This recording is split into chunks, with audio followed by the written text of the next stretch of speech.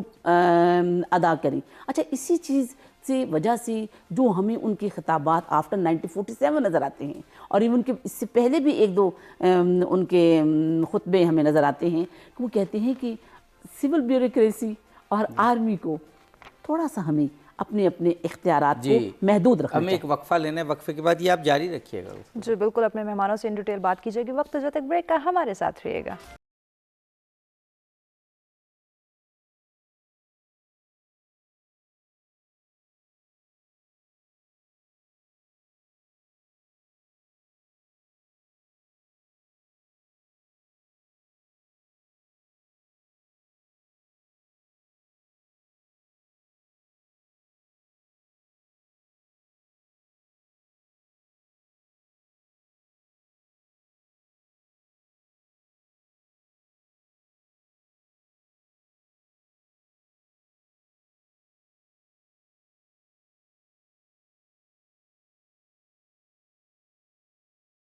یہ خوش آمدید آج کا ہمارا موضوع جس پہ ان ڈیٹیل گفتگو کا سلسلہ جاری ہے کہ قائد اعظم کی نظر میں نظام حکومت. اس ٹاپک پہ ان ڈیٹیل گفتگو کرنے کے لیے اسٹوڈیو میں مہمان ہمارے ساتھ موجود ہیں. پروفیسر ڈاکٹر سہیل احمد صاحب ہمارے ساتھ تشریف فرما ہے, پروفیسر ڈاکٹر کشور سلطانہ صاحبہ ہمارے ساتھ ہیں, پروفیسر ڈاکٹر طاہر بخاری صاحب ہمارے ساتھ ہیں. آپ تینوں مہمانوں کا بہت شکریہ, آپ نے ہمیں جوائن کیا ہوا ہے. جی عادی صاحب. جی ڈاکٹر کشور سلطانہ صاحبہ ایک بات کر رہی تھی وہ مکمل کر لیں, اور اس میں ایک سوال اور ایڈ کرنا چاہوں گا کہ قائد اعظم کے خیالات سے, افکار سے روشناس کرنے کے لیے ینگ جنریشن کے لیے ہمیں کیا کرنا چاہیے کہ یہ سارے خیالات جیسے اب نظام حکومت آج اگر کچھ لوگ یعنی اس کنفیوژن میں ہیں کہ نظام حکومت کیسا ہونا چاہیے یا سیاسی پارٹیز کو کیسے چلنا چاہیے یا جو موجودہ صورتحال ہے ہمارے سامنے اس کے حل کیا ہیں, تو قائد اعظم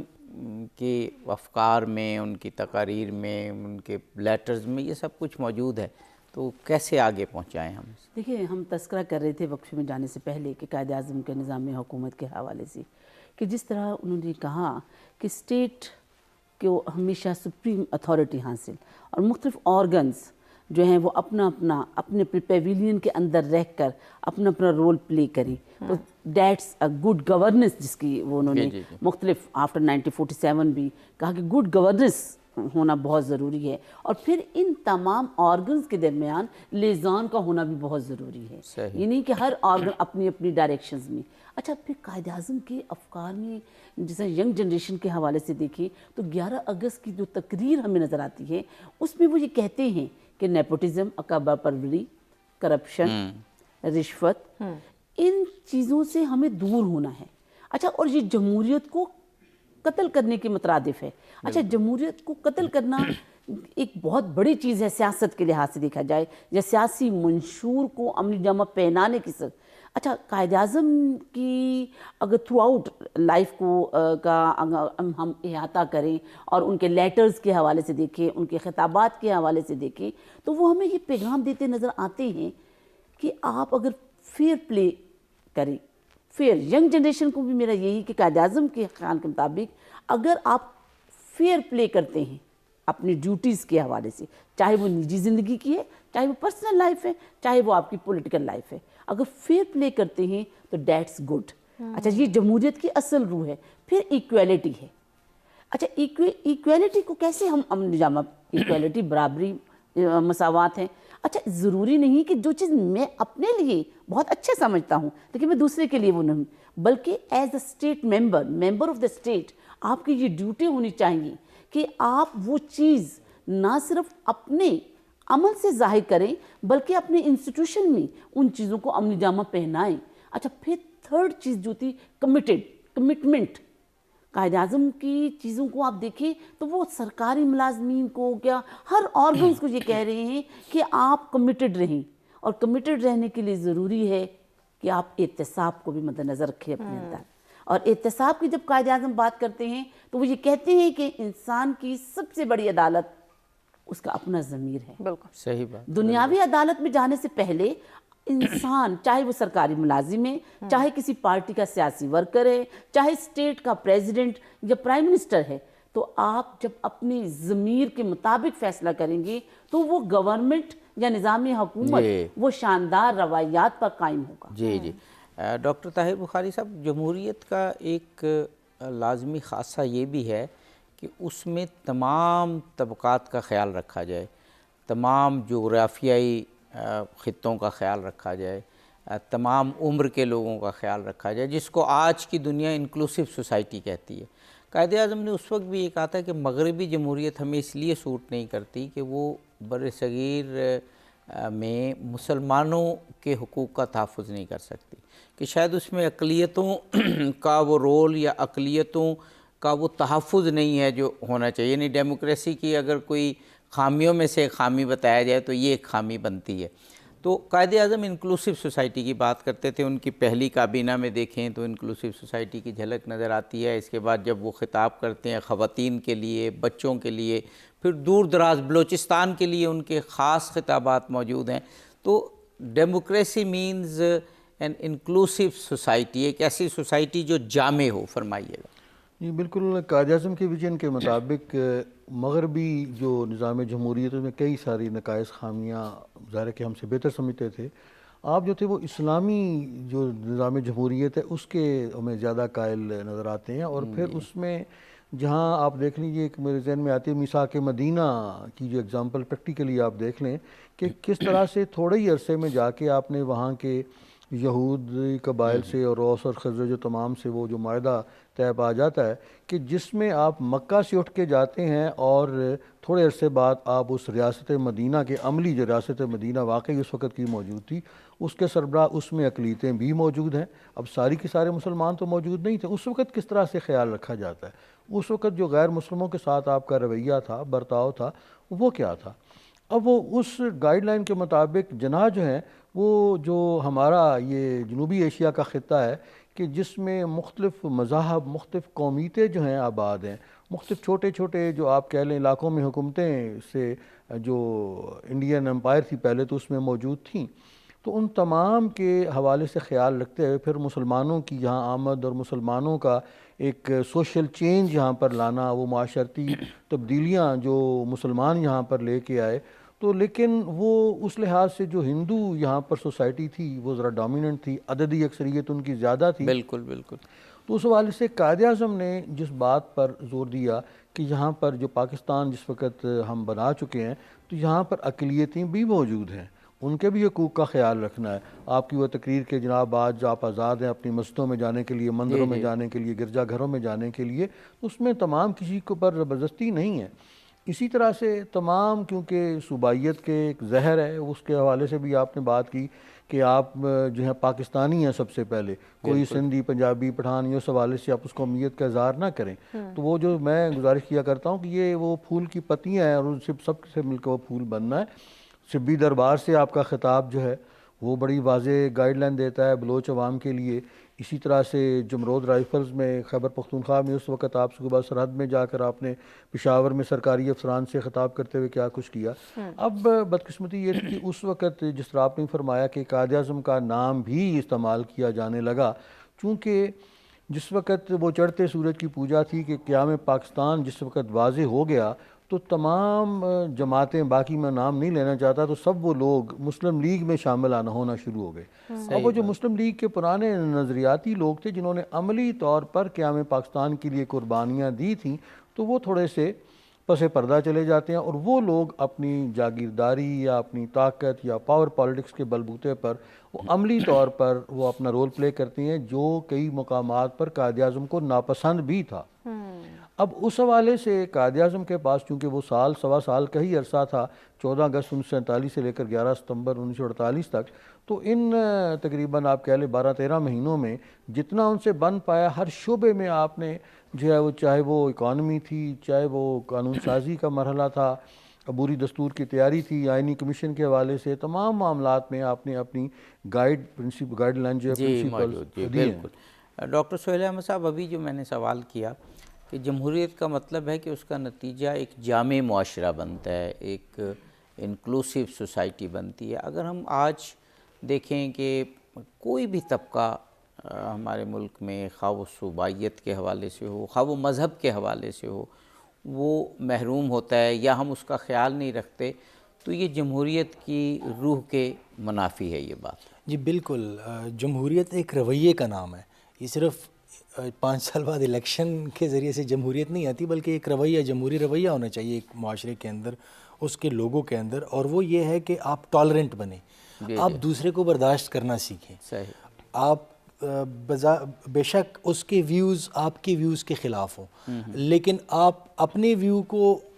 اس پہ امپوز نہ کریں اور اس کا ویو اپنے اوپر امپوز نہ کریں، لیکن اس کو کو ایگزسٹ کرنے دیں. اور وہ چاہے کسی کا آپ سے مذہبی اختلاف ہو، دوسرے مذہب کا پیروکار ہو، آپ اس کو، وہ اسلام بھی آپ کو کہتا ہے کہ آپ نے دوسرے مذاہب کے لوگوں کو مذہبی آزادی دینی ہے، جو کہ قائد اعظم رحمۃ اللہ علیہ نے اپنے ارشادات میں فرمایا ہوا ہے کہ مسلمان اور ہندو اور کرسچن اور سکھ جو بھی ہیں پاکستان کے اندر آزاد ہوں گے. دوسرا، آپ پولیٹیکلی دیکھیں یا آپ جو مختلف سوسائٹی کے اندر سٹریٹس بنے ہوئے ہیں، اس کو آپ دیکھ لیں. ایک ایلیٹ ہے، ایک پھر اپر مڈل کلاس ہے، پھر لوور مڈل کلاس ہے، پھر اس کے بعد ایک لوور کلاس ہے. تو اگر آپ دیکھیں جتنی بھی ہماری سوسائٹی کے اندر آوازیں آپ کو نظر آ رہی ہوتی ہیں نا،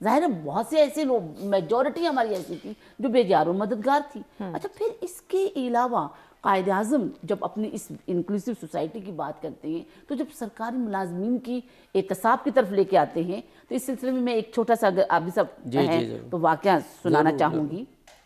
کہ قائد اعظم کہتے تھے کہ احتساب ہونا چاہیے، اس میں سرکاری ملازم عوام سب برابر ہیں۔ ہارون صدیقی اپنے والد شجاعت علی صدیقی کے حوالے سے ایک واقعہ کتاب میں تحریر کرتے ہیں کہ وہ وزارت خزانہ میں ملٹری اکاؤنٹنٹ تھے، تو ایک بار شکایت کی گئی، وزارت خزانہ نے ان کو بلا لیا، جی آپ کے اوپر یہ 2 ایلیگیشنز ہیں۔ اچھا جی، معلوم کیا گیا کہ کیا ایلیگیشنز ہیں، وہ اپنی ڈیوٹیز تو بڑے فیئر کر رہے ہیں۔ انہوں نے کہا 2 ڈیوٹیز ہیں، ایک تو آپ جانتے ہیں کہ فیصل آباد، آج ہم اسے فیصل آباد کہتے ہیں کتابوں میں، لائل پور، کہ آپ لائل پور گئے، آپ